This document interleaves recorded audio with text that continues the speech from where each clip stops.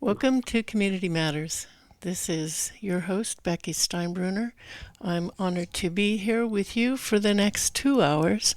And today, for both hours, we will be focusing on what happened and is happening and will continue for a long time to happen at the Moss Landing Vistra battery fire site. As you may know, that fire began January 16th of this year and sent a plume of toxins over the area, reigniting in February. And now the cleanup has begun, so-called cleanup. Today I'm honored to have in the first hour Mr. Scott Smith of Blue Shirt Justice League, who has been doing a lot of work to help the people of Moss Landing, the community, really get a handle on what is it that happened in the plume and settled on the land. Scott Smith, are you there? Yes, I am, Becky. Glad to be here. Thanks for having me. Oh my goodness, it is my honor to have you here. Thank you for taking time. So let's begin by I'd like to have you introduce yourself. Tell us a little bit about Blue Shirt Justice League and what you're doing to help the good folks around Moss Landing. Yeah, just a brief background. Around 19 years ago, and I was wiped out in my own oil-contaminated floodwaters in upstate New York, where I had a factory, and that's where I first learned about water and contamination are not in a steady state. I learned that you may be getting test results from public agencies saying everything's fine, yet people getting sick. So I became obsessed with oil and water, and going into other disasters to help communities not have to go through what I went through. And I realized that no one else was really going into communities doing truly independent, comprehensive testing. So, a long story short, Moss Landing is my 79th disaster that starts with my own in June of 2006, over 19 years. And, very, very common themes. And unfortunately, East Palestine, I was heavily involved with, Conyers, Georgia, heavily involved with, Roseland, Louisiana, and also involved with Piqua, Ohio, where they were doing battery burns with, it had shut down training facility that had shut down water treatment plant that became a fire training facility. So I bring up those other ones because there are very much commonalities. Chemicals may be slightly different. Health symptoms didn't exist in these recent disasters, all within the last 2 to 3 years, starting with East Palestine and Conyers. The health symptoms are eerily similar to what's being reported in Moss Landing. And Becky, the thing is, you really don't need my testing or anybody else's. I have yet to find anybody in these communities that are making up their health symptoms. Yes. I've spent a lot of time on the ground, and none of these people had health symptoms prior to these contamination events. It really is that simple. Yeah, that's what I'm finding as well. I met you at an event at the Prunedale Grange. The Never Again Moss Landing grassroots group has just been so active, pulling people together and doing things. And I think, I don't remember if they were the sponsor of that event, but that's where I met you first. And you had come out and done some sampling on your own. Tell us a little bit about the sampling. Yeah, what I sampled for initially when I was back in May, that was my first round. My second round I just completed, on August 30th through September 1st, and I met you, I believe, at the first town hall, and I saw you again at the second town hall. Yes. It was on August 31st, and again, this is subject to my science team continuing to review it, but the preliminary results seem to be somewhat in line with what the residents have done when it comes to the metals and the ratios. And it does appear like that plume did deposit metals and perhaps some PFAS too. Those are the forever chemicals.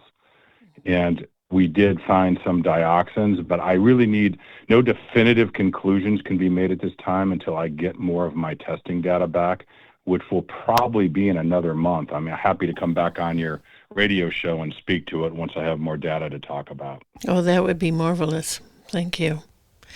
Thank you. And the citizen science data that you're referring to was an effort that the Never Again Moss Landing people did at their own expense. I actually participated in it when, within 10 days or so after the fire, before the rains really got going, this group worked with a lab and a local scientist, and we were given these kits and very clear instructions. So we all fanned out and came back the next day with our sampling, the ghost wipes in the tubes. And the results of all of that is on the Never Again Moss Landing site. Interestingly enough, and I'm sure you're aware, Scott, of Dr. Ivan Aiello's work as well? Somewhat. I'm not, I haven't gone over all the details. Mm-hmm. Well, I was fortunate enough to get to attend one of his talks that he gave at University of California here at Santa Cruz, detailing his work. The beauty of his study was that he and his team had been sampling the slough area downwind of the battery fire area for 10 years. So they had the baseline. And their work was matched the citizen science work nearly exactly. The sampling that Dr. Aiello's team did was that they went out as quickly as they were allowed back into the area, and they scraped off just the 1 to 2 top millimeters of the soil where the ash, the heavy metals had fallen, and that's where they saw the extremely high levels of nickel, cobalt, and manganese. And the extent of the plume and the heavy metal area matches what the Never Again Moss Landing effort did. So, Scott, how did you determine where to do your sampling? Well, yeah. First of all, I am familiar. I forgot the doctor's name, but I am familiar with that baseline sampling before the event, which is extremely helpful. Yes. In doing this for 19 years and now 80 disasters, was with Roseland, Louisiana, the most recent. I really want to compliment Never Again Moss Landing, the way the citizens came together in that team. It's really a model of example of how you stand up to the systemic failure and corruption that we're seeing. Yeah. And that data is very valuable. And how I chose to pick, I worked closely with Never Again Moss Landing and the whole team of people, and we mapped out. We initially sampled, I believe, somewhere around 6 to 8 sites, and took around 40 to 50 different samples, and tried to get an idea of where there was plume impact. And on my most recent trip, I went to where there was no plume impact, so we could get a baseline or background for soil. And those are the results I'm waiting for. And that was down in Carmel, because you want to compare, a control is like, apples to oranges. You don't want to compare contaminated areas to contaminated areas, because that's where all the big fight is always with these responsible parties. They're going to try to say the background or control was always contaminated. There's no effect. There's nothing to see here. That's where the big battle usually is. Mm-hmm. Mm-hmm. And tell us a little bit about what you found in your first sampling when you came out in May. Yeah. Yeah, I mean, I found, it was in a meeting with the Never Again Moss Landing people, it was consistent with the ratios and what was found from cadmium, cobalt, nickel, your lead, vanadium, manganese, and that's what I went over at the town hall in detail, the slides. Mm-hmm. And so it seems that all this data is corroborating each other, from the doctor that did the baseline to tested right afterwards to what the residents have done to where my testing had come in. Also, we found some dioxins close to ground zero, but I'm not prepared to really make any declarations or anything of significance until I get more data in. I don't know enough yet whether there was a dioxin impact or not. Mm-hmm. I'm hopeful that there may be minimal impact, but I don't ever want to be responsible for declaring things safe, or when they turns out they're not, or causing someone to panic when they shouldn't. So it's a fine. But I found that what people really get stressed out about and panic is they know when they're being lied to. Yes. And that's the problem in these events. And this is flowing, and the key is to get information. Usually people, they just want to know, and it helps calm them down what they may have been exposed to, because they have some health symptoms, and then they can, seek medical attention at their discretion and get help. Yeah. What patterns this is your 70, the Moss Landing was your 79th disaster, and you talked about seeing similar patterns of response by public agencies who are supposed to have oversight. Talk with us about that. Yeah, and this is the common thing, and there is systemic failure across. It doesn't matter who's in office. It doesn't matter what party has power. There's systemic failure across all agencies and all elected officials, and it's just can't go on anymore, because we as taxpayers and residents in these communities should expect the government to be reporting to and working for the affected communities. And usually what happens, and this is definitely what happens, the same contractors are called in. They game the system with testing, what I call false non-detects.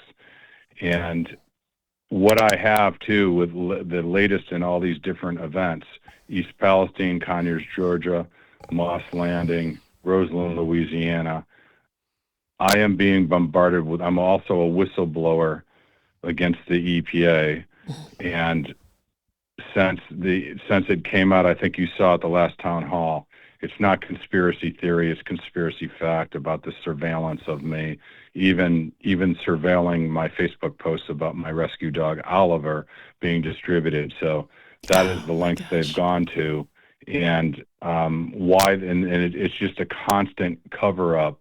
And in all these communities, people said that they will be dismissed, saying you are the problem. You're having these health symptoms because of either your lifestyle, you smoke cigarettes, you drank too much in college, or it's the chemicals in your home, when none of these people have had reported symptoms prior to the contamination event. It's the same playbook over and over again, and I can tell you what's common. It's what I call the incestuous revolving door. I can tell you, going back to East Palestine, and I talked about this at the town hall, I was an EPA attorney by the name of Davina Pujara, who happens to be in San Francisco, by the way, sold out, went to work for Norfolk Southern, and subpoenaed me in my driveway, tried to violate my constitutional rights. We stood up to them. And I'm also represented by the Government Accountability Project, legal director Tom Devine, and senior environmental officer Leslie Pacey. They go way back to 3 Mile Island, and also worked with Edward Snowden and a variety of whistleblowers. So the point is, Becky, with all this stuff coming out publicly about the surveillance, I mean, you heard me say, I'm built differently than most people. When a billion-dollar company subpoenas me in my driveway, that makes my day. It motivates me. When class action attorneys hire a PR firm I mean, that's a whole nother thing about some of these lawyers that don't release results and tell people what's going on and try to get a quick settlement at the expense of these victims. That's just that's part of what I call the systemic failure. So you can literally go in. There's what they set up what they call a joint unified command center. I call that a joint unified propaganda center, where they put out reports. Now, I can tell you, ever since this came out about me, and on August 18th about the surveillance of me, I have been bombarded by whistleblowers, and I completely respect, and anybody listening to this radio program, Government Accountability Project and their team of lawyers, I say, I don't even need armed guards around me. They're great for protecting my legal rights, and I'm built differently. I didn't have a problem coming out publicly with this, but for any anonymous whistleblowers, we can guarantee your protection and you don't ever have to come out. And the reason I'm saying that is anonymous whistleblowers from the EPA, from contractors, they have come out of the woodwork across all these areas. And believe me, Becky, I'd love to get into all the details. And when I don't know something, I say I don't know. But I know exactly how the air testing results were gamed in Moss Landing. And they were gamed to say non-detects. You had all kinds of nasty gases, I believe, starting with hydrogen fluoride gas, and there were issues with hydrochloric acid and hydrogen cyanide, a whole host of other issues. But I know exactly how things happen there to create what I call the false non-detects and say nothing to see here, when in fact there were detections. Yeah, and caused the area's evacuation orders to be called off, and people went home, and were told nothing other than just close your doors and windows, and continue to be subjected to the toxins. That was very clear to me, Scott. First of all, thank you again. For those of you who have just welcome. Tuned in, I'm honored to have Mr. Scott Smith from Blue Shirt Justice League, who has been sampling areas of the Moss Landing fire plume fallout and doing incredible work to try to bring what really happened to light. Scott, I want to let you know that became your discussion of gaming the results, so there's nothing to see here. Recently, the EPA gave a report to the Monterey County Board of Supervisors. It was the first report, I believe, since the disaster. So complete silence. And they showed in their plan, the community response plan, it showed a map of where they working with the Monterey County environmental people with responsibility outside the fence. The federal EPA has jurisdiction inside the fence. Outside the fence, it falls into other jurisdictions. And they showed the map of the air quality monitoring system they now have in place.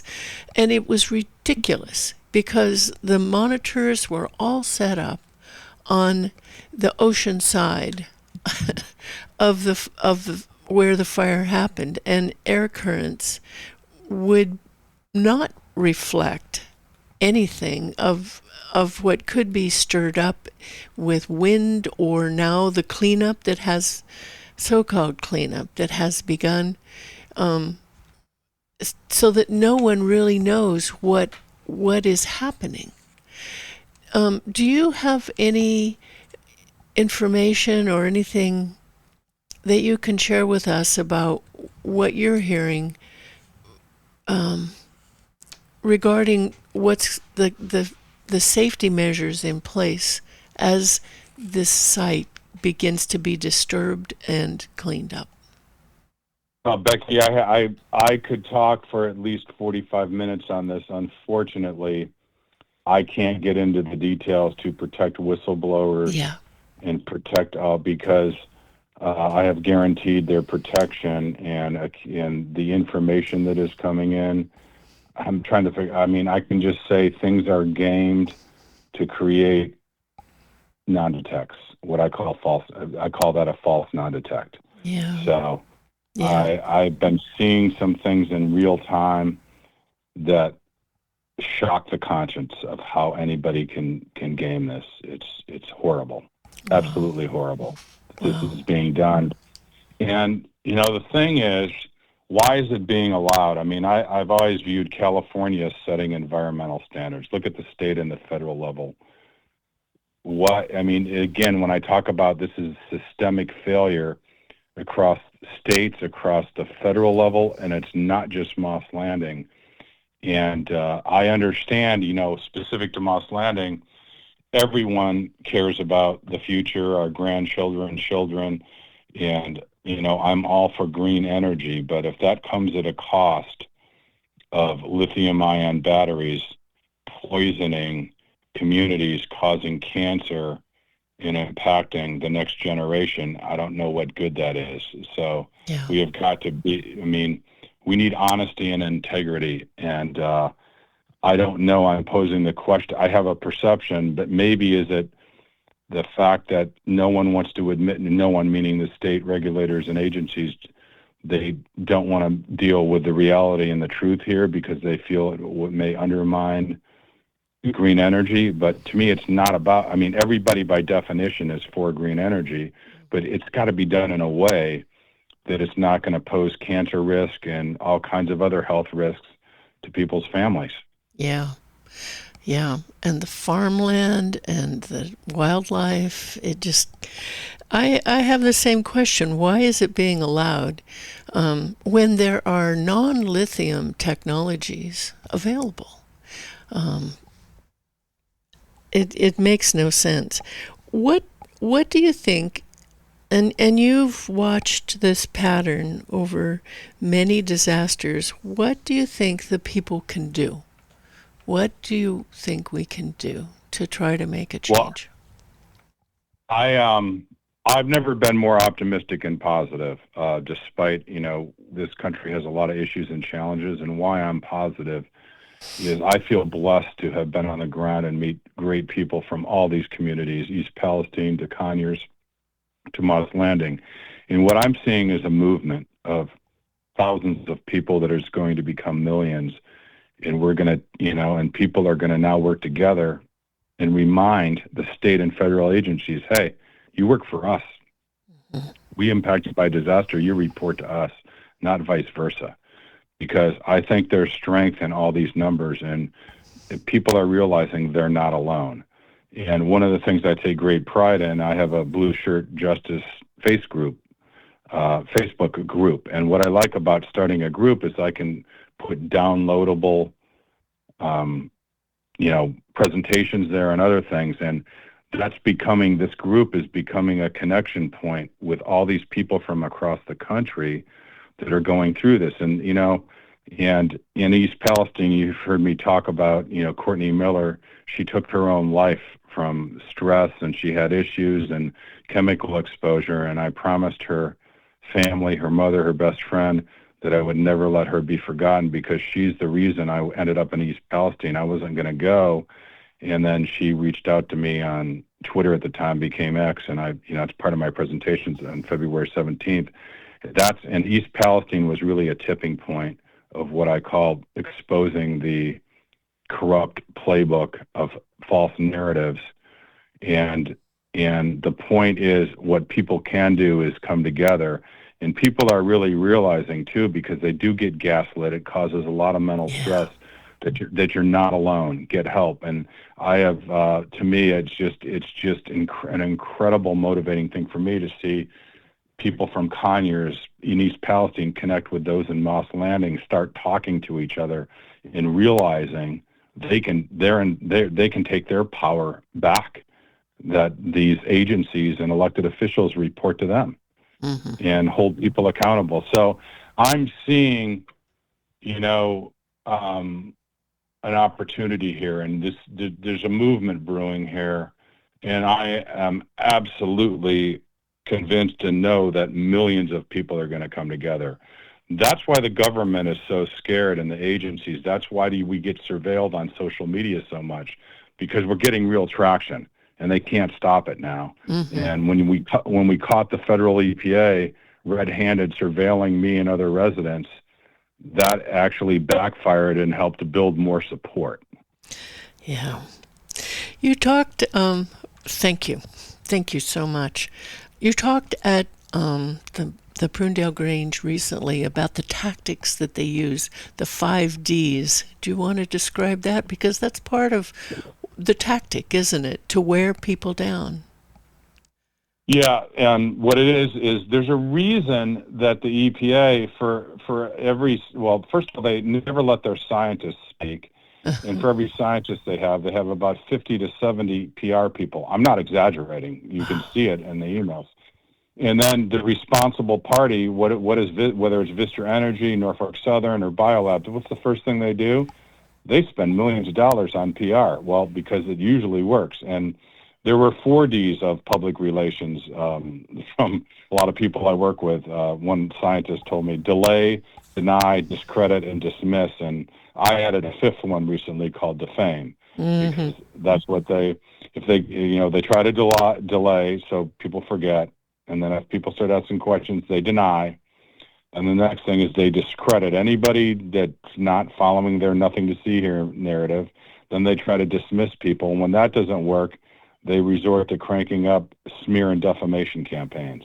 Mm-hmm. But and how do we counter this? We counter this with scientific fact. We counter this with independent testing from the best labs in the country. And we counter this with transparent public town halls bringing people together. And we counter this by bringing people together through social media from all over the country. Yeah. Thank you. This gives us all hope, you know.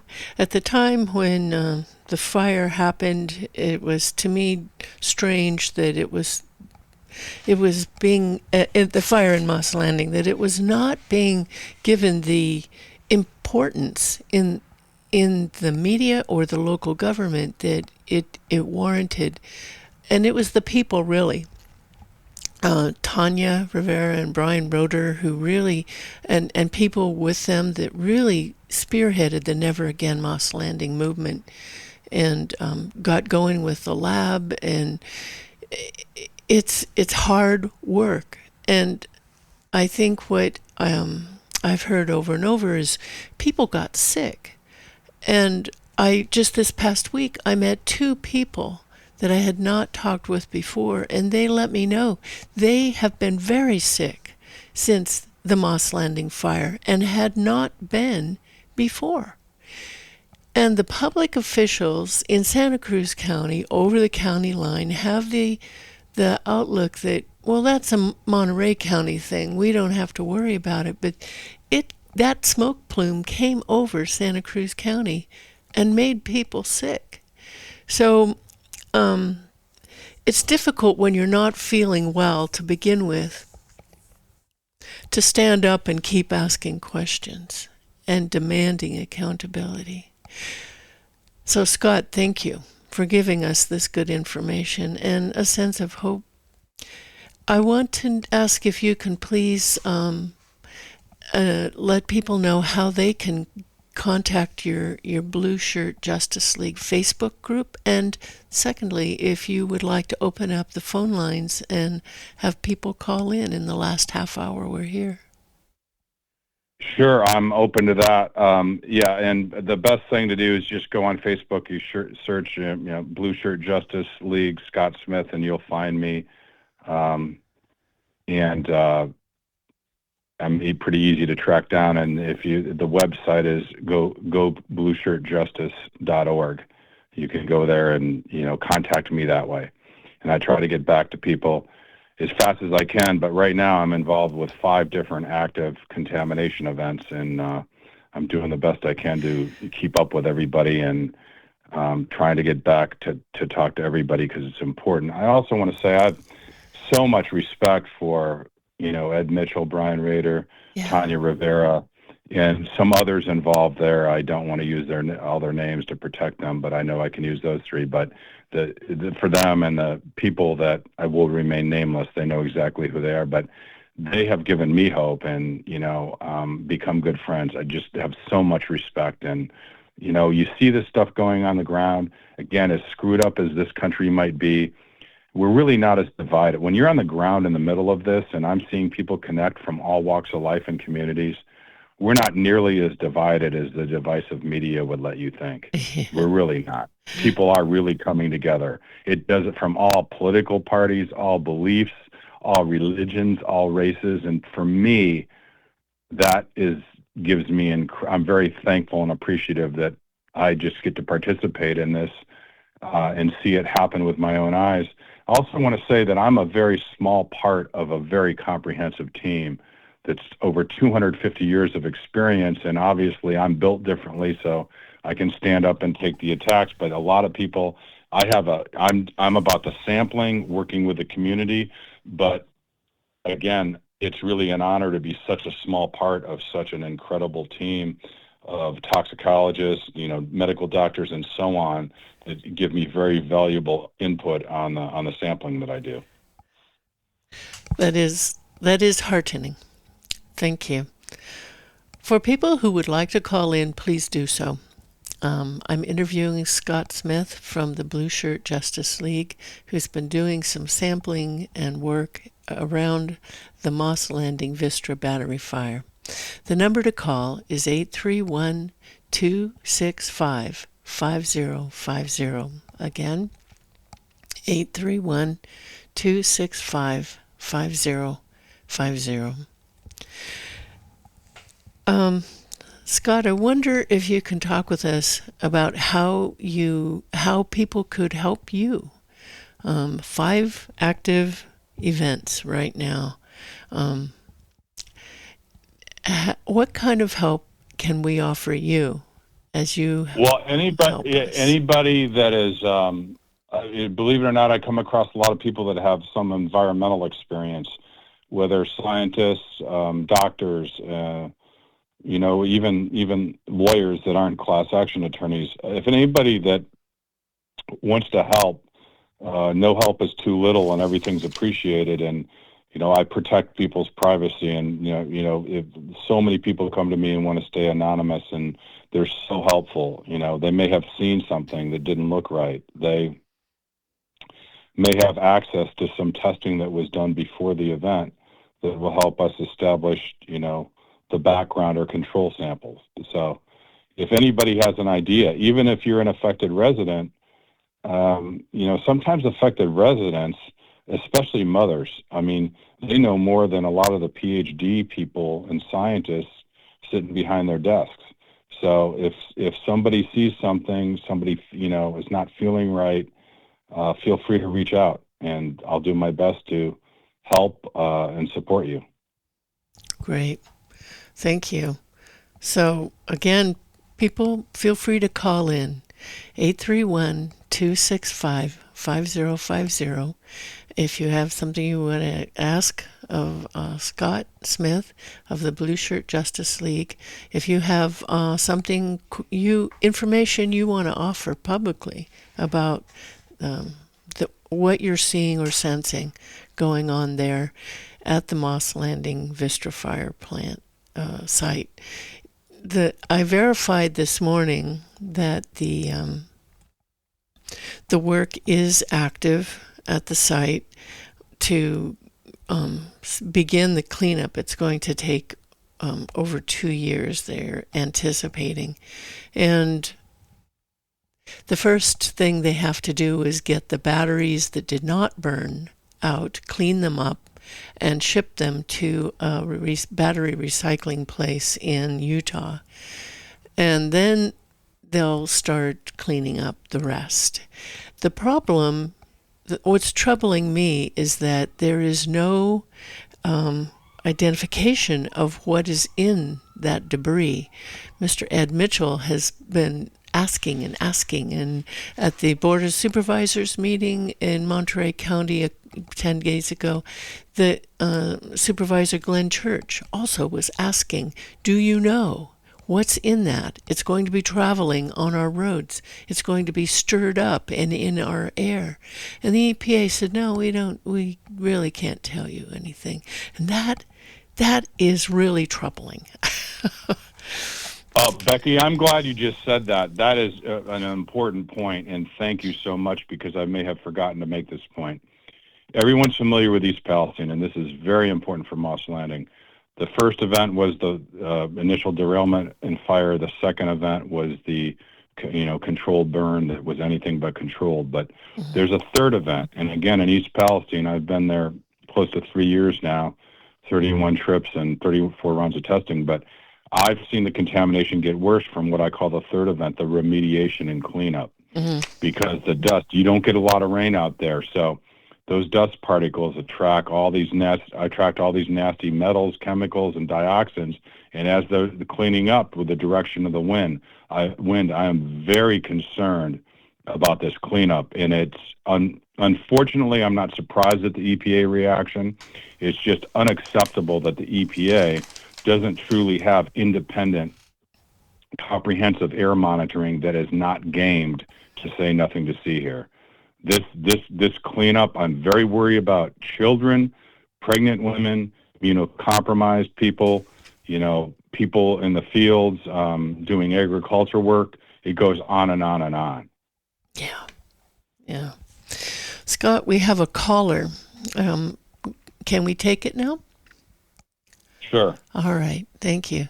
This is Nicole.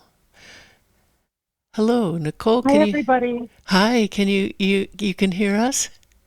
Yeah, Becky, we met yesterday, and you got me on this call, and it's really very interesting. I was curious to know if anybody would like to share what their medical symptoms are, because I'm trying to figure out what happened to me. I have permanent nerve damage in my face, basically, is what happened. And I'm just wondering, when people are talking about getting sick, what kind of symptoms are they talking about?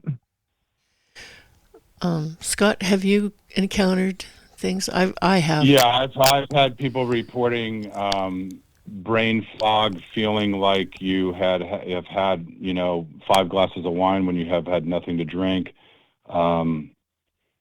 Issues with female menstrual cycles, and a whole host of other issues with bleeding.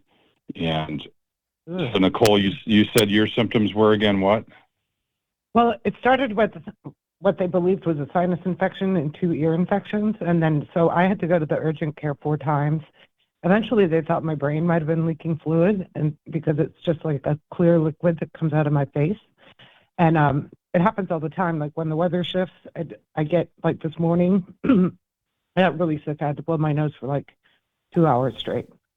And so what they think it is trigeminal neuralgia.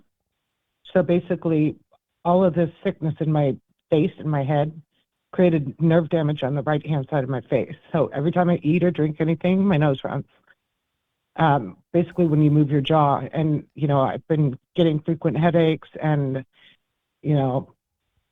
everything. I just have a generalized feeling of malaise, and it's really, really hard with my job to constantly be blowing my nose and so far they said there's nothing they can do about it. Well, a couple things. Go ahead. No, that's basically what happens. Or my ears feel kind of like there's potato chips in them. Like my whole facial sinus thing is a mess. And it started immediately after that battery fire. I was in about 4 days later. I went to my first urgent care. Ended up having to go again because I didn't get better. And then I went and saw an ears, nose, and throat specialist. And then I ended up in the emergency room. And then I had this MRI on my skull that cost me $500 in a copay. So I'm in the class action lawsuit. I don't know what the status of it is, but I filed all that paperwork and my symptoms, and went through the process of onboarding. I'm pretty sure I'm in the lawsuit. I mean, I've got, but no word on what's happening with it. I just filed all the paper. Well, They said, look, they got it, and that was it. well, if you would like, Becky, please give Nicole my contact cell phone. I can set some people, if you wish, to talk to, because it sure sounds like, these symptoms more likely than not are related to the fire. Also, are you aware of synergistic toxicity? There are no standards for these mixtures of chemicals, and all that means is you could be, quote, below the singular exposure for a singular chemical, which they say, but there are no standards for mixtures. So synergistic toxicity is like when you have I know I used to get migraines, and if I took the Excedrin with the aspirin and the caffeine, that would go away. That's a positive of, with aspirin by itself didn't get rid of the migraine, caffeine didn't, but a little portion of each mixes together. Well, that happens with some of these symptoms on the negative side. And any attorney, I mean, people got to choose their attorneys and doctors. That's at their discretion. But any credible attorney should be helping you, pay for medical treatment and to get diagnosed and tested properly. So. One other question: is there some kind of test you can do for metals in your body, like a blood test? Yes, there are. There are some that kind of testing is available, and I know some people there is availability of having brain scans and other things. So if you want to contact me on my cell phone, you can get it from Becky, and feel free to call me at whenever you want. Thank you very much. I think that was it. I was just kind of curious. I don't know who's on the call, if anybody else. Because I was at Kaiser in the pharmacy, and this woman had the exact same symptoms. And I said, "Wow, you live near Moss Landing?" She said, "Yes, I live in Moss Landing, and I did not evacuate." And so she was also there 4 or 5 times. She had a chronic sinus infection, kind of similar to what I described. And I said, "Oh my goodness, that's what it is." Well, I can, Nicole, I can tell you in East Palestine, when I was doing a lot of I felt all these symptoms like the brain fog and everything, and it goes away, and I volunteer to do this, so I can almost tell without getting my testing back. And I had to have my nose cauterized from going to East Palestine to test, and a lot of these simple symptoms are the same. Also, I even had a lot of people see this in these disasters. It's almost like waking up with pink eye from when you were a kid, but it's not pink eye, and weird things with your eyes happen. And I did have weird things with my eyes as well. I got what I thought was pink eye, very similar symptoms. But so yeah, I know what you're talking about. But you see, Becky, all these symptoms these are common, even though these chemicals are a little different. Some of these symptoms are common across all these recent disasters with toxic, fire plumes. Yeah. And the really strange thing is I went to this sort of homeopathic route, and this lady did some body work on me, and she said, there's poison in your body. She sensed, that my body's poisoned. And she said, "Do you know what that might be?" And I said, "Oh, absolutely." So, it makes it so food tastes like metal. It's really strange. So the only thing I can really eat is soup. Wow. So I've lost a lot of weight, and I don't know what I weigh now, but I'm getting kind of malnourished, sort of. It's awful, but I force myself to eat, but it produces a very strange taste, and if I have to chew with my jaw a lot, my nose just goes crazy. So, well, you're almost describing verbatim of what several people are still experiencing in East Palestine and in Conyers, Georgia. So It's not it's almost exactly verbatim, all your symptoms. Wow, okay. Well, thank you. That's why I asked you, because I figured you've heard it before. Yeah, and don't don't know what to do with it. It's very important you're not alone, and always reach out, because it can affect people's mental health, because you get dismissed. It's in your head. It's PTSD. That's just not accurate. So Oh my you're God, not just. You need to know you're not alone, and feel free to reach out to me or anybody else because there's strength in numbers. There really is. that's exactly what they said to me. What this, I went for some therapies and stuff. They said I have CPTSD. I've never been diagnosed with it since ever, only since the fire. Wow. So I wasn't even there. I live in App's house, but there was a really funky gray cloud hovering over my house, and everybody that came over got sick. My pond guy got like horribly sick. My tenant, all of our allergies came back, and yeah, the contractor got sick. Everybody that kind of stopped by to do something here, yeah, they all got sick. So Yeah. weird thing. The plume did come over Santa Cruz County. I know people in Aptos, in Seacliff, in Capitola, who had the metallic taste. One man, his tongue burned Ooh. for like 2 months, and he went to the doctor, and the same thing. Oh, just take a Tom, drink some milk, something to coat it. But none of the medical people linked it.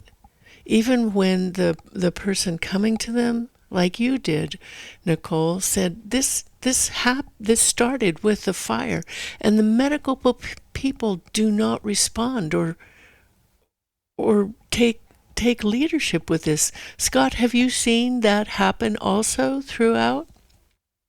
Yes, it. Unfortunately, it's a broken record that's getting way too old. Way too old. Yeah. Well, Nicole. that's helpful. So Yeah. thank you very much, Becky. I'm glad I met you, and I'll see you at the Lions event. Thank you so much for calling in today, Nicole. It was a pleasure to meet you, and you are not alone. Later that day, I met someone else who said much of the same thing as symptoms. So you are not alone. And I will forward Scott's cell phone to you. Thank you. Thank you so right. much. And all right, I'm gonna I guess I'll just hang up on the call then, right? And go back to Yes. online. That will Okay. be great. Thank you. Feel free to call back Thank if you. you think of something else. We've got about 7 minutes. So thank you, Nicole. Okay. All right. Thank you. So, Scott, thank you. This is what I'm hearing over and over. People got sick. And what can we do to encourage the medical profession to really wake up and be more responsive to people who come to see them after an incident like this? Yeah, that gets tricky because a lot of times they get shut down. Like, for example, in East Palestine, doctors got threatened to stop doing blood testing for vinyl chloride and other things. Wow. That and it's going to take, again, millions of people coming together. But doctors aren't really educated. This is what I hear from other doctors, that it really takes specialists. Doctors really aren't educated, or in medical school really don't get taught about all these chemical mixtures. It's kind of a new part, but more and more doctors are becoming aware there are specialists out there too. Mm-hmm. What's the best way to find them? There's just doing research, and people can feel free to contact me. I mean, I don't have permission to give names out, but I can refer people that, in a non-public setting. Okay. Thank you. Thank you very much. Anyone who would like to talk with Scott Smith from Blue Shirt Justice League and about what you're experiencing, or others who have experienced after the Moss Landing fire, or what you are seeing or feeling now as the site is being disturbed, and what you are sensing. That's a big one. We all live here. We know what's normal, what is right, and when things get off kilter, we know it. So don't be afraid to call in 265-5050. That's in the 831 area code 265-5050. We have about 4.5 minutes left, Scott. What's the thing you would like to most leave with our listeners today? We have one caller coming in, so it's for my next guest, and perhaps he'd Okay. like to talk with you too. What's the one thing you want to leave with people today? I would say that you're not alone. Feel free to reach out, whether it's on Facebook, social media, ask questions. There are people that can help. Yeah. Do not let this false narrative and these PR people and these government agencies tell you it's in your head, because it's not in your head. It's not PTSD. Yeah. Yeah. Thank you. Other things that did happen was that I asked my veterinarian, he lives down in Prunedale, the affected area, and I asked him if he was bothered. He said no, he didn't feel like he was. That's the thing, not everybody is affected, but some people are. And what he mentioned was that he saw a lot of a high number, abnormally high number of livestock abortions right after the fire. And I understand that he's going to be taking part in a study with UC Davis, and that will be very curious to see how that goes. I'm going to take our next caller because he is my next guest, but he wanted to talk with you. It's David Hurwitz. Let's see if we can get him on. David, hello. Can you hear us? I sure can, Becky. Excellent. I know you wanted to have a conversation with Scott. We've got about 2.5 minutes if you'd like to talk. Well, Scott, nice to speak with you. I've heard good things, and I was at least one of those Prunedale Grange meetings, so perhaps we crossed paths. As you may know, Scott, I am working with Dr. Michael Hogan of CASI, the California Arts and Science Institute, and we are putting on a briefing about what we're calling Meltdown at Moss Landing. That's going to be October 8th in Monterey. I'll speak more about it in the next hour. But Michael Hogan would love to speak with you, and if you might be able to be there for that. We've kind of got a packed agenda, but I'd love to get your two minds together. Oh, I would, because this is all about collaboration, Becky. This is about, and I love to work with you guys and talk about what we're seeing. And I would, if I didn't have such a packed schedule, I would come out just to listen. I don't know if it's going to be on Zoom, but the three of us feel free to get my number from Becky. Reach out at any time. I'd love to follow up with you. Will do. It's not going to be on Zoom, but it is going to be recorded. We're having it at Wave Street Studios in Monterey, right in the middle of Cannery Row. And I visited there yesterday, and apparently they've got a 4-camera setup with great sound. So the recording should be excellent. So you'll be able to watch it thereafter. Excellent. That's great to know. So Excellent. I will definitely watch it. So, I think it's just very unfortunate that we just can't get simple truth and transparency from the state and the government agencies. It's just unfortunate. Indeed. Yeah, I share that. And one thing you'll hear from me, including in the next hour, is somewhat of a different inquisition into what went on here, kind of follow the money. You were doing the Lord's work with tracking the toxins and all that you're describing. And Dr. Hogan is going to speak about contamination and the scientific reality of that. My approach is somewhat different, which is, how did this thing get approved and built financially? And what are some of the knock-on effects about that, including land use? So even if it never burned up, even if it never had a meltdown or thermal runaway, as the official term is with batteries, as we know, it still was a public disaster financially and in terms of the land use that it enables. And I'll speak more about that in the next hour with Becky and go into some more detail and have good visuals to explain that on October 8th. So we're going to give a well-rounded presentation on October 8th, not stinting on the science and the toxicity. We're going to have some survivors there to speak about their lived experience, but we're also going to talk about how can we follow the money? How can we think about what are the land use implications of so-called green energy, so-called renewable energy? Absolutely spot on about follow the money. Yeah. You couldn't, I can't wait to listen to you guys and reach out anytime. Okay, Scott, good. Thank you. Thank you very much. Scott, you're welcome to stay on for the second hour. We are really off the air right now, but we'll come back on in about 4.5 minutes. If you're welcome to stay on, Scott, if you want. I'll probably just listen because I got to run to. Yes. I've got some breaking results in Roseland, Louisiana that I got to deal with. Yeah. Thank you. There was a. Scott. Thank you so much. What? Thank you. Look forward to following up with you guys. All right. Thanks very much. Thank you. Okay. Thank you, Scott. Take care. So, good, David. That's wonderful. Thank you. I was hoping you could call in because I know Scott is extremely busy. So I know you wanted to have and I was under instructions from Michael to beg him to get in touch. So I think that worked. Yes.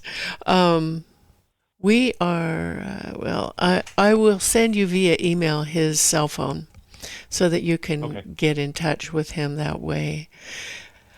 Are you aware that there was another? Well, I saw what you sent me up in Reno. Yes. And which I was unaware of that one, Becky, but I was aware, and I'm going to try to mention it during our hour here, that late August, just a few weeks ago, there was a meltdown at a battery facility down in South Monterey County that's currently part of and I guess those were Tesla batteries, and it's a facility that's either owned by or leased to Apple. Oh, that's interesting. So these things are all over, and there's more coming, and part of what my goal is, and certainly with our briefing on October 8th, is to galvanize people to fight these battery storage facilities. Yes. It's tricky because it's become, especially since the Moss Landing fire, it is all being done very quietly. Yeah, It's what I find. The local power provider, Central Coast Community Energy, known as 3CE, they very quietly have approved financially supporting another brand new lithium battery storage place at Moss Landing. It's called the Homan. Oh, at Moss Landing. Yes. Yeah. And it's called the Clearway Project with Homan Battery Energy Storage, LLC. All right. So it is being done very quietly, and sadly, we can talk about this in our hour when we go back on the air. About 1 more minute we've got. 2 more minutes. Yeah, about 1 minute. The Santa Cruz County Board of Supervisors has refused to hold any town hall meetings about this issue. So it has come from the grassroots, like the people of Never Again Moss Landing, like the good work that Cassie is doing here, like the Stop Lithium BESS in Santa Cruz County group is doing here. But the leaders And this is fitting into the pattern that Scott was just talking about. Those who are supposed to be leading and accountable are not. And since the Moss Landing fire, people's awareness has raised a lot, and we're all questioning things. And so in reaction to that, it has gone more undercover. And it's really, really troubling. Yeah. Yeah. We've got about 15 seconds here. So Okay. I want to All right, thank good. you for sending me the interview template, and we'll follow along with that. Thank you. Okay. All right. Good. 4, 3, 2, 1, here we go. Hello, welcome back to Community Matters. I'm your host, Becky Steinbrunner, and honored to be here with you for the second hour of our program.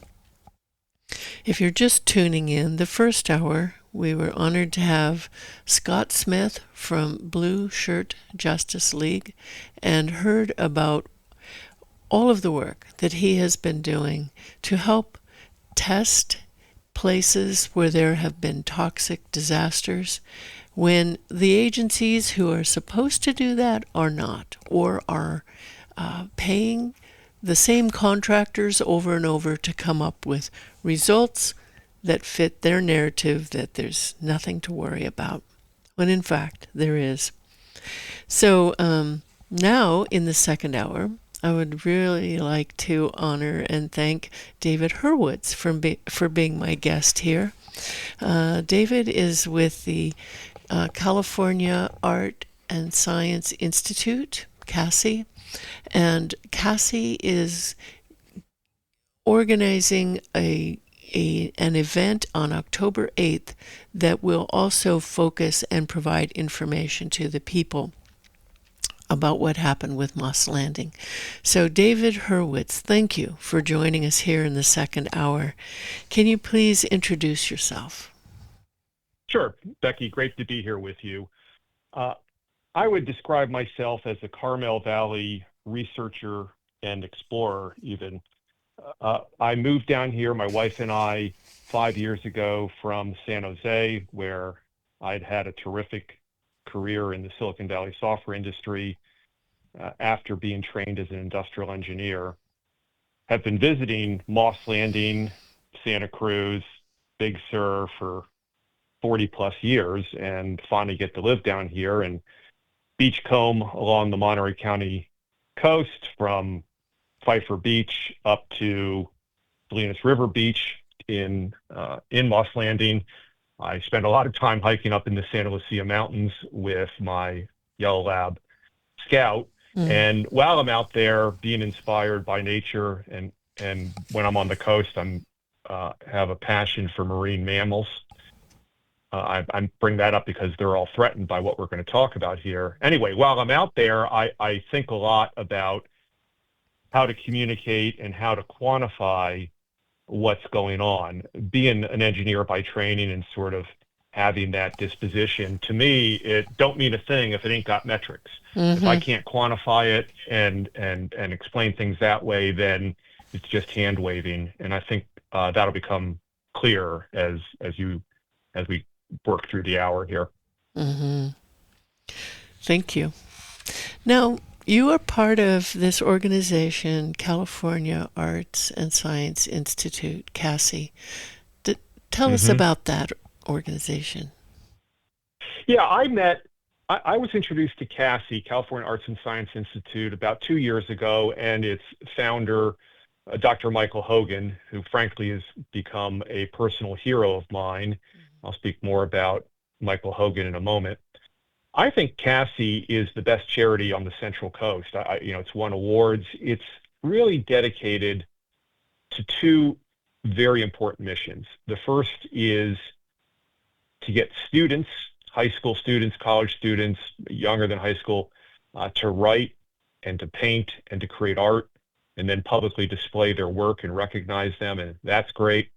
And then the other is broadly adult education and a variety of seminars, if you will, on various topics of interest to we adults, but in particular, raising the consciousness of adults, of people around here on issues of utmost importance.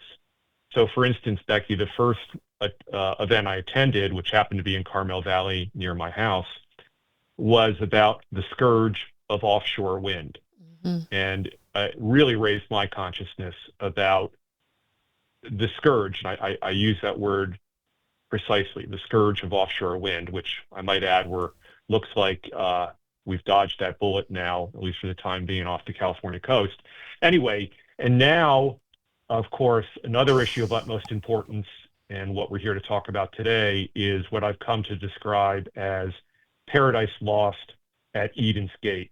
And by that, of course, I mean the Moss Landing disaster. Mm-hmm. Yeah. And let me just go back a bit. Offshore wind, you're talking about wind generators out in the bay? Yeah. And, as you may know, especially a couple of years ago, and especially under the previous administration, the Biden-Harris administration, there was plans afoot and hundreds of millions of dollars of governmental subsidies to build offshore wind farms, starting from offshore Morro Bay, and ultimately they were going to get up to Monterey Bay. And there were all sorts of incredibly bad knock-on effects from this. They were going to industrialize Morro Bay, maybe they still are. Frankly, I haven't stayed super close to it, in order to build and service those monstrous windmills. And one of the things that really got me, because as I mentioned before, I've got a serious soft spot for marine mammals, whether it's otters or seals or whales.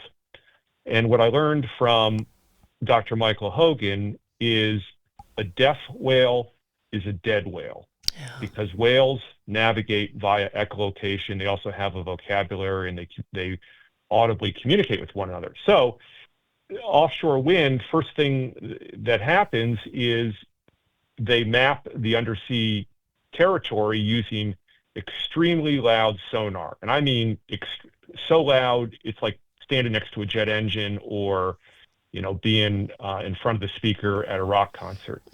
And it deafens the whales, and then the whales almost immediately die because they can't navigate. So that's not what we're here to talk about today. Yeah. Though it does have a bit of a tie-in in this regard, Becky. We're here to talk about battery storage. Battery storage exists to make wind and solar continue to be able to deliver 24/7 power. Now, whether it succeeds at that and all the other issues we're going to get into, but obviously one of the problems with so-called renewable energy, wind and solar, is that they are intermittent. Mm-hmm. And so kind of a Band-Aid to solve that is battery storage. And so there's all sorts of negative knock-on effects that come from that. But what we're here to talk about today is bringing new light on the meltdown at Moss Landing, because you've done yeoman work and others, but it's still below the radar. Mm-hmm. Very few people know about it. And I'll tell you, I live in Carmel Valley. Luckily enough, we've got this small mountain range known as the Sierra de Salinas between us and the Salinas Valley. And most of my neighbors and like the Carmel Valley Locals Facebook group, they are largely unaware of the meltdown at Moss Landing. Really? So raising people's, I'll keep going back to it, raising their consciousness and giving them a robust introduction. We can't dive right into the deep end. We have to let them know, the context and the overall scenario of what happened here. Yeah. Thank you, David. Now, talk with us about this event. Tell us a little bit more about what we can expect when we come. Sure. So we're calling it's a CASI briefing, CASI, C-A-S-I, California Art Science Institute, CASI briefing titled Meltdown at Moss Landing. It's going to be Wednesday, October 8th at 5 p.m. in Monterey at Wave Street Studio, right in the heart of Cannery Row, on, as the name suggests, Wave Street Studio. It's on Wave Street, 774 Wave Street. By the way, they have a cafe there with beer, wine, coffee, tea. You need to register at the CASI website, which is casicalifornia.org. And I will say that seating is limited. We already have a lot of seats that have gone. It only holds about 75 people inside and like 35 people on the patio. So, and we have people we already know driving down from Santa Cruz, driving up from Morro Bay. We're just now starting to publicize it. So it is a week from this coming Wednesday, October 8th, 5 p.m. And I'll go through with you in a few moments the rundown of what we're going to cover. But it's going to be about an hour, and then it's going to be an hour, and then at 6 p.m., we're going to roll into an open discussion. So people will be able to ask some questions during the official hour, but we will all stick around for another half hour, hour and a half, whatever, and have a discussion, because there's so much going on here, and it can be overwhelming, that I think that discussion is going to be important also. Indeed, and it's important to have the discussions, because everybody has a piece of the puzzle. Everybody knows something, and when there's a public sharing of information, it really links the community together. That's right. Sure. Yeah, and that's why I've been. I want to want to look, if I could, Becky. Please. I want to set some context here, because there's probably people listening who already might feel like they've dove into the deep end. I've lived in and around this area for 40 plus years, and I think I first came to Moss Landing 40 plus years ago.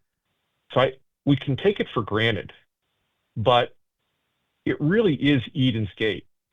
It's adjacent to Moss Landing Harbor, which, to me is the most authentic, or certainly one of the most authentic harbors and places in California, the fishing harbor.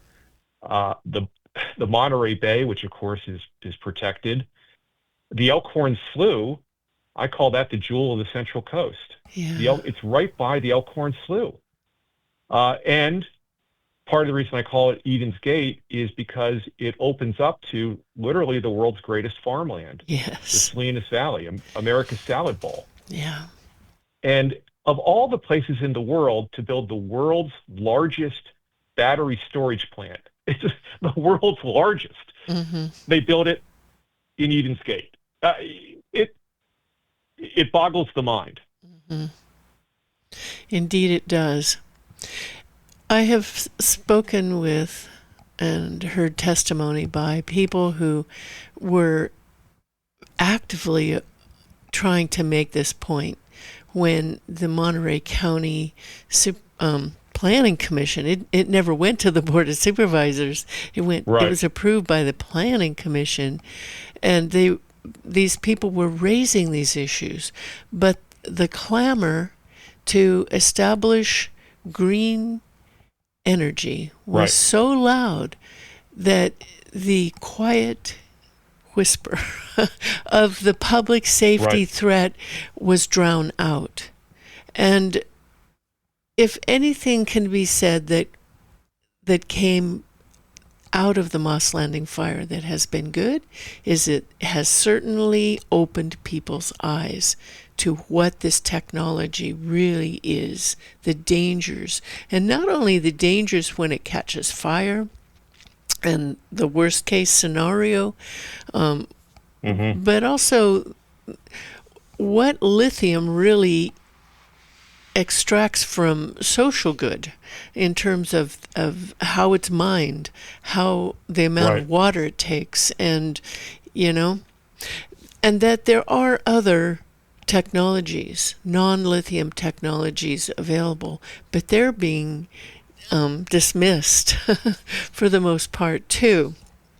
So I'm really grateful that Cassie is going to have this briefing. It is going to pack a lot into that hour. You want to talk with us a little bit about that? what you're going to be it's going to having? pack a lot in, Becky, and that's our challenge is not to overwhelm, not to go down rabbit holes, because there's a lot of depth here, and there's a lot of, especially when you get to the science of it and the chemicals, a lot of $10 words. So that's the challenge. So what we're going to do in 1 hour is cover half a dozen main topics. Number one, survivor experiences. I'll come back and I'll drill in on each of these in a moment, but let me just run through them. Number one, survivor experiences. Number two, financial disaster. Yeah. Number three, the environmental disaster, which we're going to do very good justice to, Dr. Hogan, but I would just point out everybody else is talking kind of to my ear only about the environmental disaster. That's why we want to also talk about the financial disaster. Okay, number three, environmental disaster. Number four, land use and the disaster of land use that this battery storage enabled. Number five, government disaster. How did this happen? How did our government wave this through and subsidize it? Yeah. That must be revealed. And then last, other disasters in the making, by which I mean there is a pipeline of additional battery storage projects.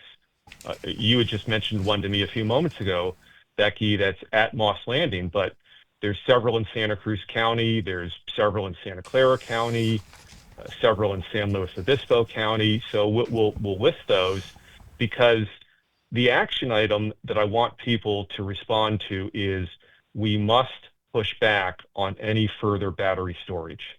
Yeah. And there is so much momentum to get for more of these to go, and some of them have already been approved. And so the goal is people will come away with a well-rounded understanding of what happened, kind of how we got here, the harm that this has caused to individuals, to their pets, to livestock, presumably to agriculture, and be angry and motivated to push back against further battery storage. Yeah. And most particularly lithium battery storage. Yeah. There are other technologies. Everything has a risk, but I think the lithium technology is the worst. So for those of you who are just tuning in, welcome to Community Matters. My guest today in this second hour is Mr. David Hurwitz from the California Arts and Science Institute, CASI, and he's talking with us about this great event, the briefing that is coming up October 8th in Monterey. So David, why don't you tell us again how we can get tickets to make sure that we have a seat there? Right. So it's a bit of a long web address, CASICalifornia.org. I'm going to spell it out. CASI, C-A-S-I, California.org. CASICalifornia.org. Go there. You'll see it on the front page, and you'll be able to buy a ticket. Mm-hmm. And if people show up at the door, will they have a chance of getting in? It depends. Yeah, they'll have a chance, but it's not a huge venue.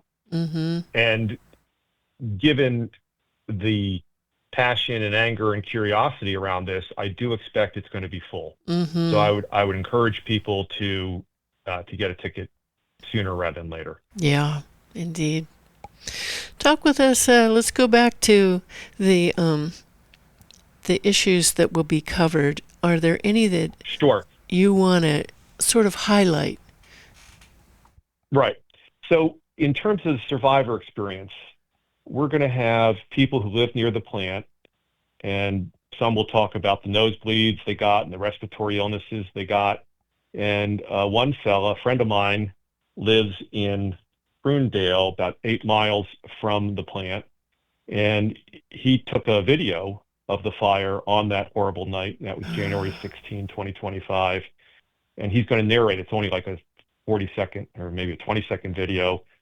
And when you see the fire and lining it up next to the famous smokestacks, you can see it's a 400-foot tall fire. So that, and I'm going to have him narrate that. And by the way, it burned at 2,000 degrees Fahrenheit. 2,000 degrees Fahrenheit. That's as hot as, light jet fuel on fire or a blast furnace. That's what we're talking about here. And what it burned, to your point, Becky, was lithium. 10 million pounds of lithium and heavy metals got burned in a 2,000 degree Fahrenheit fire for hours at Eden's Gate. Talk about worst case scenarios. I'm still boggled by it. Yeah. Okay, so the next thing, I'll get off that, even though that makes me emotional, perhaps you, perhaps others who are listening. The financial disaster. So let's follow the money here a little bit. And I'm going to present this part on October 8th, which essentially I'm going to give you a bit of a forensic accounting that shows that Vistra Corporation apparently received $500 million in public money to build and operate the plant. Refused. No. Used. They received. Oh, they received. They received $500 million in public money. And I'll break that down when we're roughly, and there's a range, by the way, let me just give you some parameters around that. The best estimate is that they got $500 million in public money. Now, it could have been as little as a third of a billion, if you consider that little. It could have been as much as like 800 billion or million rather. But the best estimate, and I'll show this in black and white, is that they got 500 million in public money, roughly half from the federal government through investment tax credits, and the other half, roughly, from electricity that they sold to PG&E and 3CE and so forth, which there's a California state mandate that PG&E and the other investor-owned utilities have to buy juice from battery storage or from storage, which ends up, and therefore that was publicly directed money, and that's also partly why we are all paying very high rates for our electricity. So my point, I was going to rush on, but let me pause for a second. Becky, you want to comment on that or ask me a follow-up on that before I move on? I'm gonna let you move on because I think that's an incredibly important piece of information. But I want people to go and see your presentation about it more. Right. Using public money to build these facilities that help benefit these corporations like Vistra, and charging people high rates for electricity to help keep it going. Yeah. And let me add, I have no love lost for Vistra, to put it mildly. They need to be held to account. In fact, I think they should make reparations. I think they should pay reparations to the people and businesses hurt from this. That said, they got that money because our government essentially gave it to them. Yeah. So I'm even more upset with our governmental leaders for putting that in place. Yeah. Yeah. And, it goes back to what has changed since the Moss Landing fire. People are much more aware of the hazards, the risks of lithium-ion battery storage, and to allow the government to continue to fund this, that's the criminal part, in my opinion. There's no reason to keep that. Let me note this, Becky. Let's say it was not lithium ion. Let's say it was some next-gen battery and it never burned up. We would not be having this call. We would not be doing our event on October 8th. But it still would have burned up $500 million in public money. Right. This is a So flashlight, isn't even it? if the technology is safe, it is wildly uneconomic. And you're paying for it, and I'm paying for it, and working class people in Salinas and Watsonville, they're paying for it. Yeah. This is an eye-opener in many respects and really shining a light on the dark corners of this whole industry, isn't it? Sure.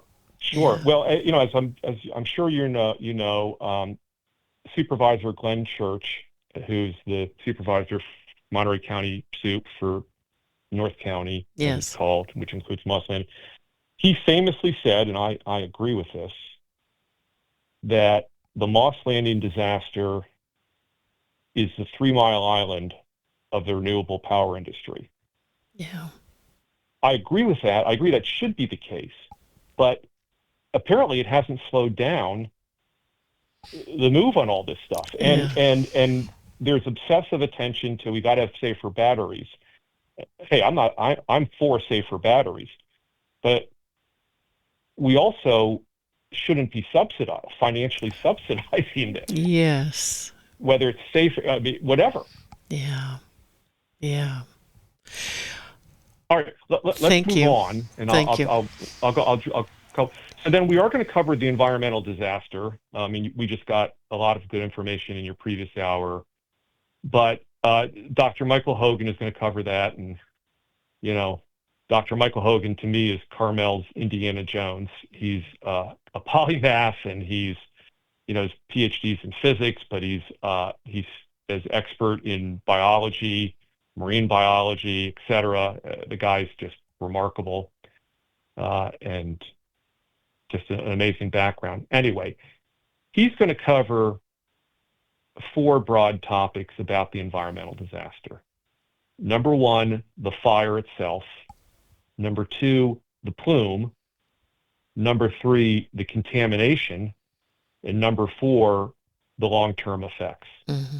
The fire, the plume, the contamination, and the long-term effects. Mm-hmm. And as far as the contamination and long-term effects, that's going to be very sobering. Yeah. At one of the events at the Prunedale Grange, that was made very clear that it will take a long time for the adverse health effects of this exposure to come out, to manifest in some people. And by then, maybe they won't connect it to what this disaster did, but it is connected. And that's the sobering part, isn't it? It sure is. Yeah. So let me touch on a few things here. The fire itself. Mm-hmm. I've described these lithium-ion battery fires as being like sci-fi fires, science fiction fires. They self-ignite. This one's self-ignited. You don't even need a short circuit or an arsonist. The damn thing just self-ignited. Mm-hmm. And then the firefighters just have to stand around. They're impossible to douse. And then they spontaneously reignite. Yeah. And as I'm sure you know, Becky, Moss Landing reignited 2-3 weeks. So the initial major fire meltdown was January 16th. Mm-hmm.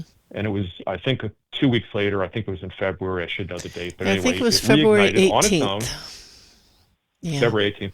And I was talking with someone the other day who lucked out in that the plume did not come her way with the initial fire, but the wind was such that on February 18th or whatever it was, it settled right over her house, and she got sick, and her pets got sick.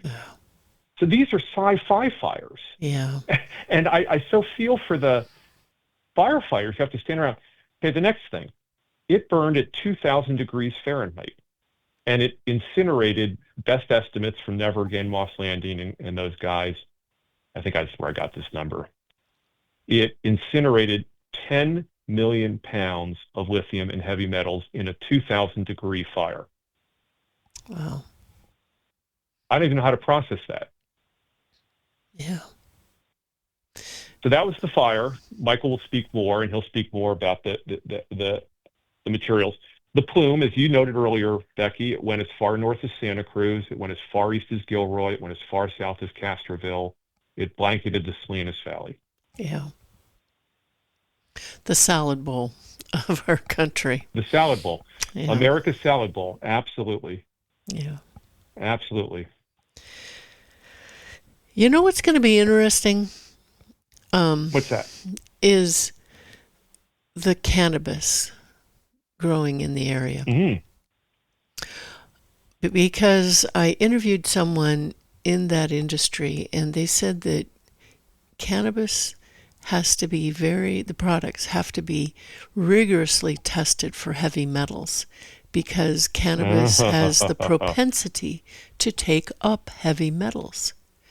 And so it's going to be kind of the canary in the coal mine, I think, for that. Interesting.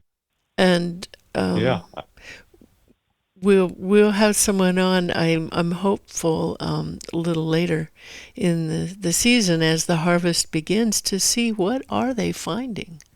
What are they finding? Right. Yeah. Now talk with us about the land use disaster portion of the program, October 8th. Well, look, I'm a conservationist, and I'm insanely in love with California, and have been for the 40 years I've been here. So land use matters to me. And I would note that the battery storage, it doesn't take a lot of land on its own, but its purpose is to enable grid scale wind and solar. Mm-hmm. Because as I touched on earlier, wind and solar are intermittent. And so in order to kind of sort of make them economically viable and reliable, they need storage. So basically, if we did not have wind farms or solar farms, and I'm saying solar farms, I want to differentiate from rooftop solar, Mm-hmm. which I don't think has the same issues, but solar farms, these large solar farms, and obviously wind farms, whether onshore or offshore, if you don't have those, you wouldn't have the battery storage. Conversely, if you didn't have the battery storage, those wind farms and solar farms would be even less viable. Mm-hmm. So the land hogs the battery storage is not the land hog. It's the wind farms and the solar farms that are the land hogs. Mm-hmm. But you wouldn't have those wind farms and solar farms if you didn't have the battery storage. So they're inextricably linked. What do I mean by land hogs? And I'll show this on a map in California at the briefing. Wind and solar takes hundreds of times as much land as nuclear energy to generate the same amount of electricity. And even more surprising to me, wind farms and solar farms take thousands of times as much land as natural gas. Yeah. So obviously what I'm asking people to do is reorient your thinking about what good energy is and what bad energy is. Something that takes thousands of times as much land, that takes thousands of square miles as wind and solar do, cannot be healthy energy. That's bad energy. Yeah. Yeah. And this is all being driven at a feverish pace in California because of the governor's completely no fossil fuel for energy use by 2045, exactly. But even exacerbated by Santa Cruz County and Central Coast Community Energy's goal, which I think is crazy, to have met that 100% renewable energy by 2030. And that push is making things happen at an unsafe rate, in my opinion. So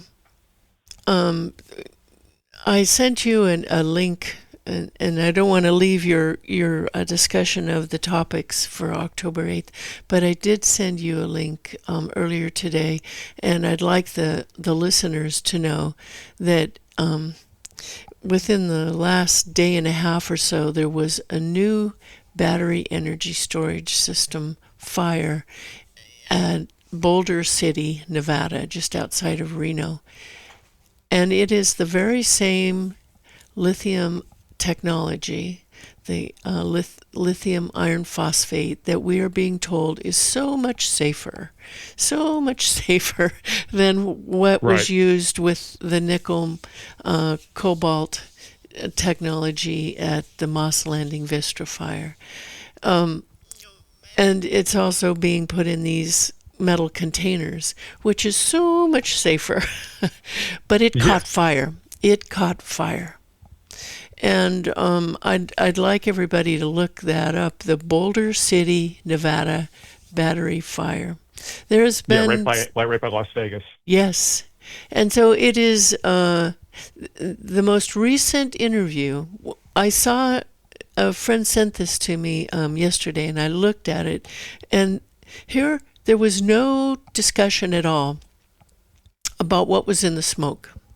And here were all these firefighters that were there, and you can see in their silhouettes they do not have their breathing apparatus on.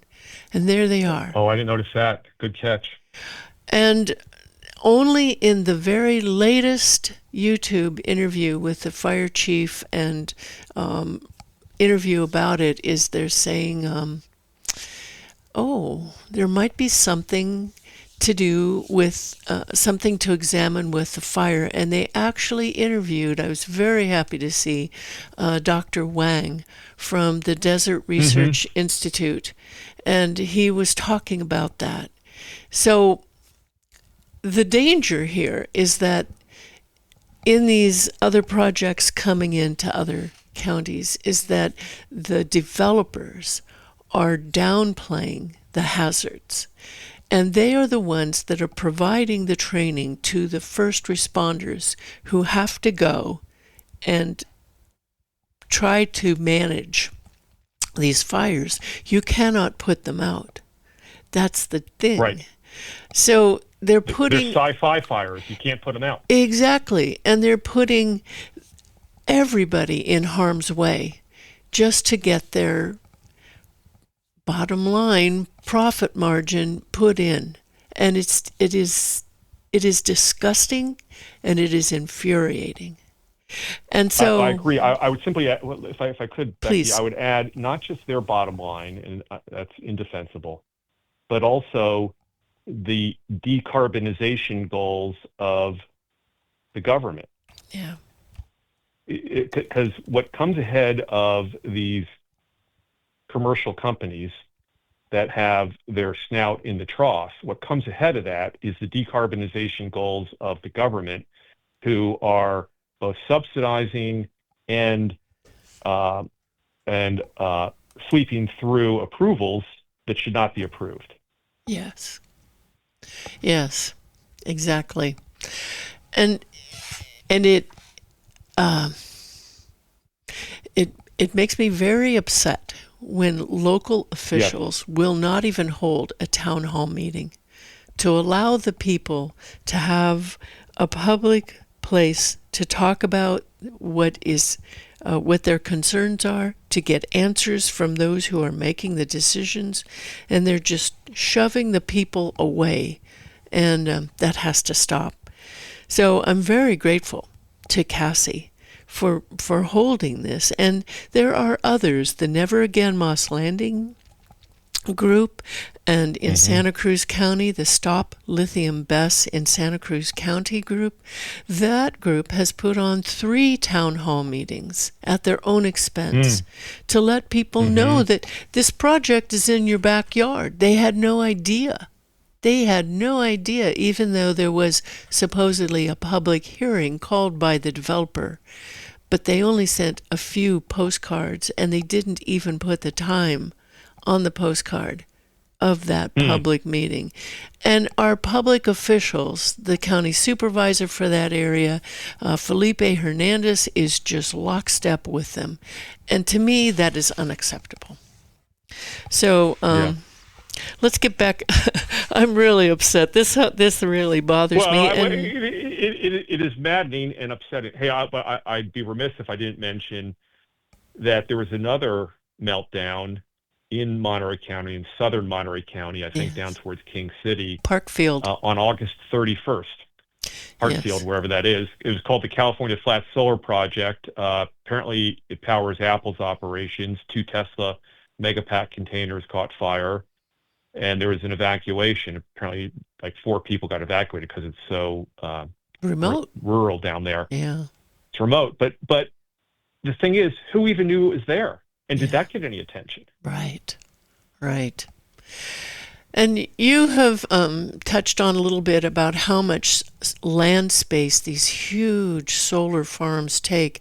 I've looked up the Darden Clean Energy Project that was just approved in Fresno County. It is the largest one, and it was authorized under AB 205, the opt-in certification program, where the developer goes to the California Energy Commission, and they only have, they have to do environmental review. Who knows what the consultants that get hired to do that? You know, it's kind of like what Scott was saying earlier. It's the same consultants that come and give the sought after results by the and then they don't have to have any accountability to local officials. But it is a huge, it's a 1,150 megawatt solar facility. I was trying to find 3.1 million panels, but it is thousands of acres, of farmland in Fresno County. So what are we doing here? What are we doing? Well, I'll throw in another one for you, Becky. About a year ago, that crossed my radar screen that thousands of acres, I believe, of Joshua trees were clear cut. Oh no! For a solar farm outside Joshua Tree National Park. And Joshua Tree is my second favorite national park after Yosemite, and I got a soft spot for Joshua. I'm like, you're kidding me here. You're cutting down hundreds of acres of Joshua trees to put up a solar farm? Oh. This is a land use disaster. It is. And by the way, so we're talking about Michael Hogan. As you may know, Michael often visits Scotland. He's in Scotland right now. He'll be back for our briefing. And what he has described, and if anybody speaks to Michael, ask him about what he's observed about the destruction of the forests in Scotland. They have cut thousands of square miles of forest in Scotland for solar and wind farms. They're ahead of us on this, quote unquote. Oh no. We've got to get back to balance. Yeah. And it's going to take the movement that Scott described for us in the first hour, and he really instilled a lot of hope for me. That he said, despite what we're being told, people are working together. We're not as divided as the media would like us to imagine. So we're going to come together on October 8th at the Wave Street Studio in Monterey. And thank you to Cassie for doing this. Do you want to open up the phone lines? We've got about 10 minutes. All right. For anyone that would like to call in, please do so. 831-265-5050. Again, 831-265-5050. 5050. And I'm talking with Mr. David Hurwitz from the California Art and Science Institute, who is sponsoring one of these much needed, important town hall meetings, briefings about what happened, the meltdown at Moss Landing. And seats are going quickly, so hop on it. Mike, David, do you want to give us one more time how we can sign up and get our seat? Yeah, absolutely. So go to CASI, which is California Arts and Science Institute. Go to the CASI website, address casicalifornia.org, CASI California.org. Thank you. And while we're waiting for a caller, we're titled it Meltdown at Moss Landing, obviously echoing what we all sort of learned about nukes. You know, nukes go into meltdown. Well, the term of art that we've learned about battery fires is thermal runaway. I'd never heard the term thermal runaway, but that's what happened at Moss Landing. It went into thermal runaway, and effectively that's meltdown. Yeah. Yeah, it's the same. It is the same. Yeah. So that's why we're calling this Meltdown at Moss Landing. Yeah. Talk with us about the government disaster, and one of the pieces that you'll be covering. What we're going to do there, we want to be fair, is we want to show statements from elected officials, that public statements they've made from both before the disaster and going back even to when the Green New Deal, officially the Inflation Reduction Act, and other enabling legislation came about. And then after the disaster, what did they say? And so, you know, at the federal level, obviously the Inflation Reduction Act was a signature achievement of the Biden-Harris administration. So what did then VP Kamala Harris say about it, and why it was necessary? Both of our senators, Adam Schiff, Alex Padilla, sponsored it or supported it, and what did they say, and what, if anything, are they saying now that we've had this disaster? More locally here, Jimmy Panetta, Congresswoman Zoe Lofgren, they all supported that. So we're just collating their public statements before and after. And then at the state level, you touched earlier on Governor Gavin Newsom, Senator John Laird, Assemblywoman Dawn Addis. They've all been very supportive of this so-called renewable or green energy, including battery storage. And what they say before, what are they saying now, so that people can kind of judge for themselves. And then we've got a job in front of us. I don't know whether we got to get other people elected, but we at least have to influence our elected representatives so that they take a more balanced approach to conservation and preserving our environment. Yeah. And I would also add preserving our finances. Right. $500 million in taxpayer money to build Vistra's little nest there. Right. And the amount we pay for electricity, I'll give you a quick little anecdote.